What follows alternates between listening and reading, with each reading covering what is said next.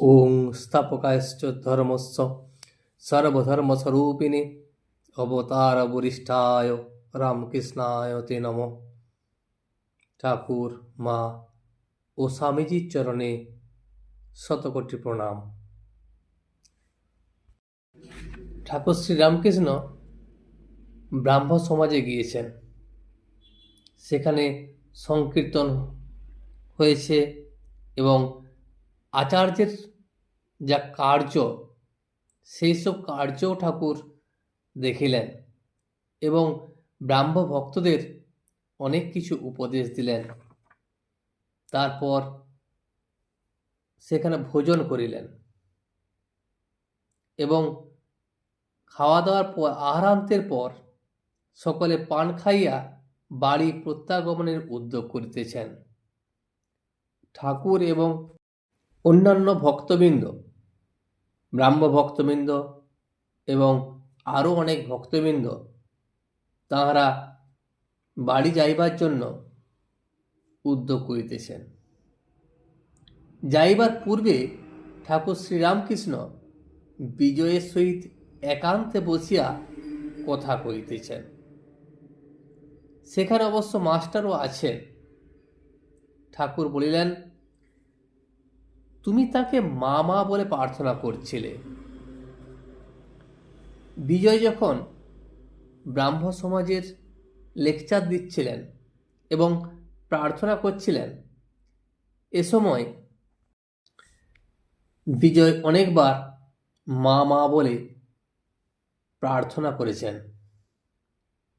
সেই কথাই ঠাকুর বলিতেছেন যে তুমি যখন মামা বলে প্রার্থনা করছিলে, এটা খুব ভালো। কথায় বলে, মায়ের টান বাপের চেয়েও বেশি। মায়ের উপর জোর চলে, বাপের উপর সে জোর চলে না। ত্রৈলোক্যের মায়ের জমিদারি থেকে গাড়ি গাড়ি ধন আসছিল, সঙ্গে কত লাল পাগড়িওয়ালা, লাঠি হাতে দারবান। ত্রৈলোক্য রাস্তায় লোকজন নিয়ে দাঁড়িয়েছিল, জোর করে সব ধন কেড়ে নিলে। মায়ের ধনের উপর খুব জোর চলে। বলে নাকি ছেলের নামে তেমন নালিশ চলে না। বিজয় ঠাকুরকে বলিলেন, ব্রহ্ম যদি মা, তাহলে তিনি সাকার না নিরাকার? ঠাকুর তখন বললেন, যিনি ব্রহ্ম তিনি কালী, মা আদ্যাশক্তি। তিনি যখন নিষ্ক্রিয় তাকে ব্রহ্ম বলে। যখন সৃষ্টি, স্থিতি, প্রলয় এইসব কাজ করেন, তখন তাকে শক্তি বলে। স্থির জল ব্রহ্মের উপমা, আর জল যখন হেলে দুলে সে হলো শক্তি বা কালীর উপমা। জল যখন ঢেউ খায় বা হেলে দুলে, তখন তাকে শক্তির উপমা দিতে পারো, তখন সেটা কাজ করছে। আর যখন নিষ্ক্রিয়ভাবে থাকে, তা হলো ব্রহ্ম।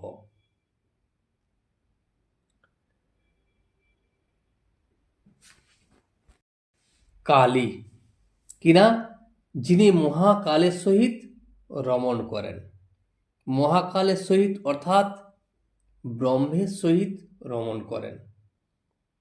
কালী সাকার, আবার নিরাকারা।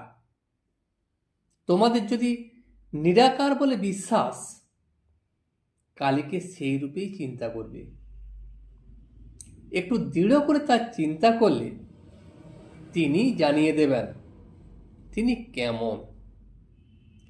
শ্যামপুকুরে পৌঁছিলে তেলিপাড়াও জানতে পারবে, আর শ্যামপুকুরও জানতে পারবে। তখন জানতে পারবে যে তিনি শুধু আছেন তা নয়, তিনি তোমার কাছে এসে কথা কবেন। যেমন আমি তোমার সঙ্গে কথা করছি, বিশ্বাস করো সব হয়ে যাবে। আরেকটি কথা, তোমার নিরাকার বলে যদি বিশ্বাস হয়, সে বিশ্বাস দৃঢ় করে করবে, জোর দিবে সে বিশ্বাসের উপর। কিন্তু মতুয়ার বুদ্ধি করো না। মতুয়ার বুদ্ধির কথা হলো, তার সম্বন্ধে এমন কোনো কথা জোর করে বলো না যে তিনি এই হতে পারেন। তুমি যেটা বিশ্বাস করছো তিনি তাই, এ কথা কখনো ভাবো না। আর এই হতে পারেন না,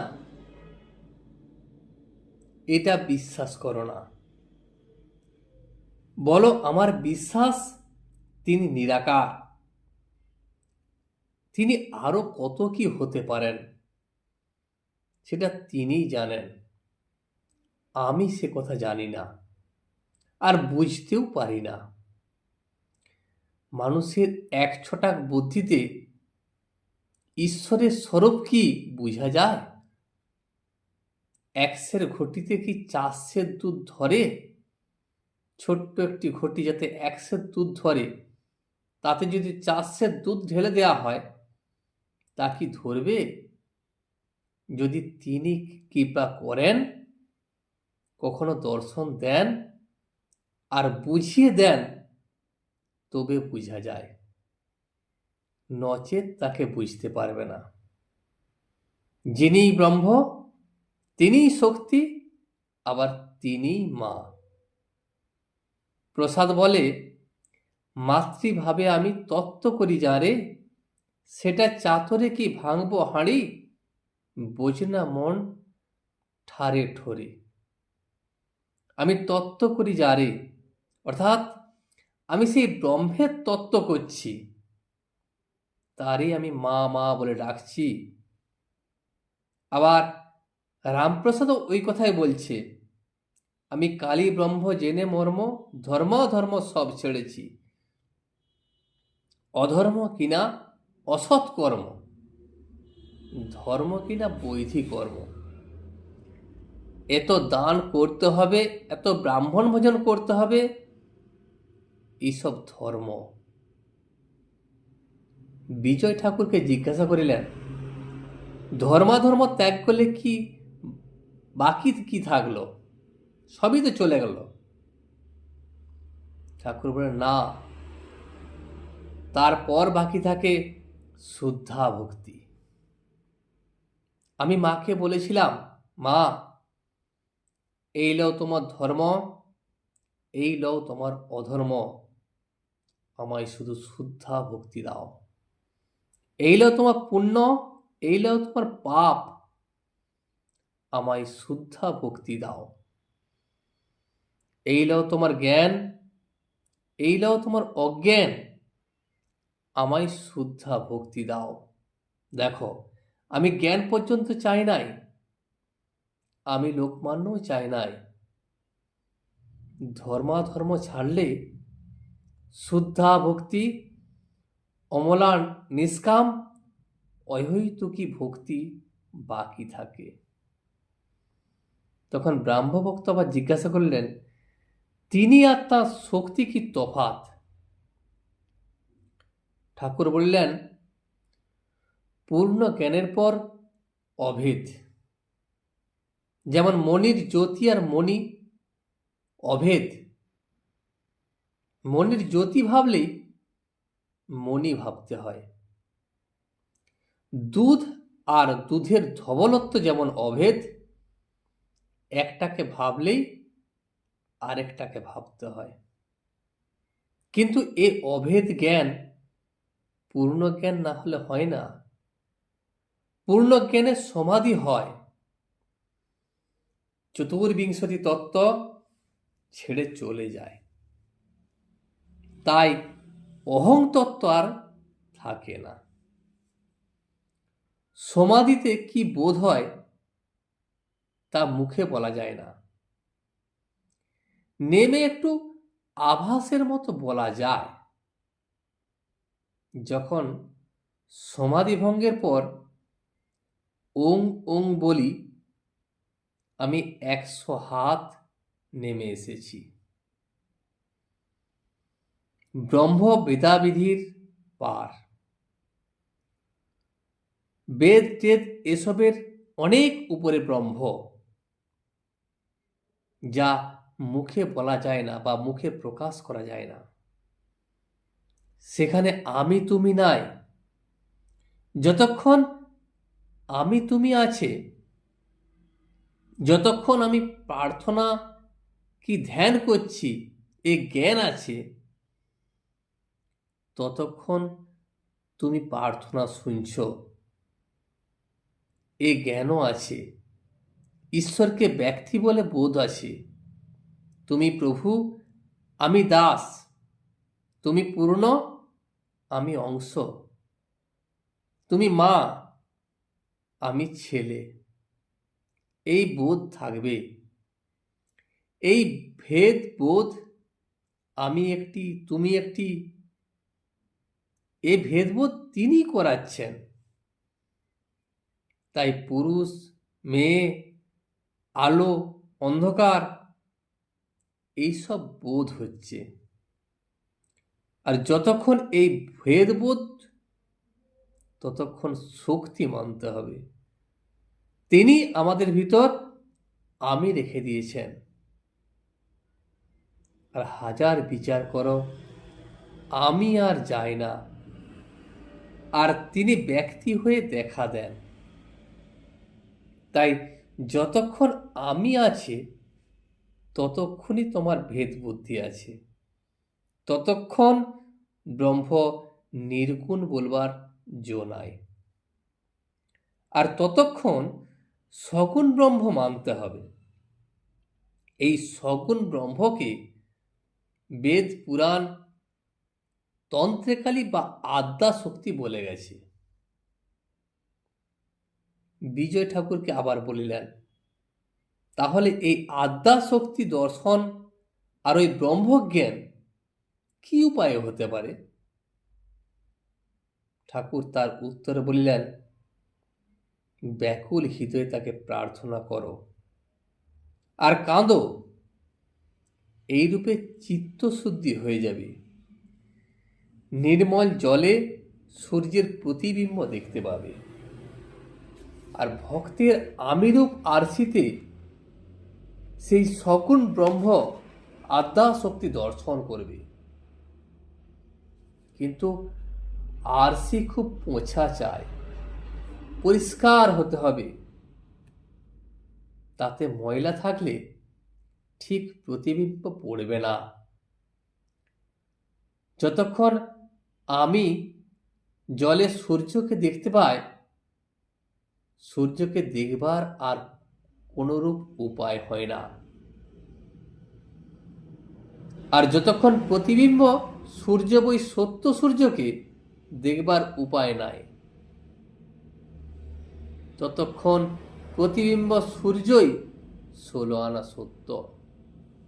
যতক্ষণ আমি সত্য, ততক্ষণ প্রতিবিম্ব সূর্য সত্য, একেবারে 16 আনা সত্য। সেই প্রতিবিম্ব সূর্যই আদ্যা শক্তি। আর ব্রহ্মজ্ঞান যদি চাও, সেই প্রতিবিম্বকে ধরে সত্য সূর্যের দিকে এগিয়ে যাও। সেই সগুণ ব্রহ্ম যিনি প্রার্থনা শুনেন, তাঁরই বলো, তিনি সেই ব্রহ্মজ্ঞান দেবেন। কেননা যিনি সগুণ ব্রহ্ম, তিনি নির্গুণ ব্রহ্ম। আবার যিনি শক্তি, তিনি ব্রহ্ম। পূর্ণ জ্ঞানের পর এসব অভেদ, তাদের মধ্যে কোনো ভেদাভেদ থাকে না। মা ব্রহ্মজ্ঞানও দেন, কিন্তু শুদ্ধ ভক্ত প্রায় ব্রহ্মজ্ঞান চায় না। আর একটি পথ আছে, তা হলো জ্ঞান যোগ। সে বড় কঠিন পথ। ব্রাহ্ম সমাজে তোমরা জ্ঞানী নও, তোমরা হলো ভক্ত। যারা জ্ঞানী তাদের বিশ্বাস যে ব্রহ্ম সত্য, জগৎ মিথ্যা, এই জগৎ স্বপ্নবৎ, আমি তুমি সব কিছু স্বপ্নবৎ। তিনি তো অন্তর্যামী। তাকে সরল মনে, শুদ্ধ মনে প্রার্থনা করো, তিনি সব বুঝিয়ে দেবেন।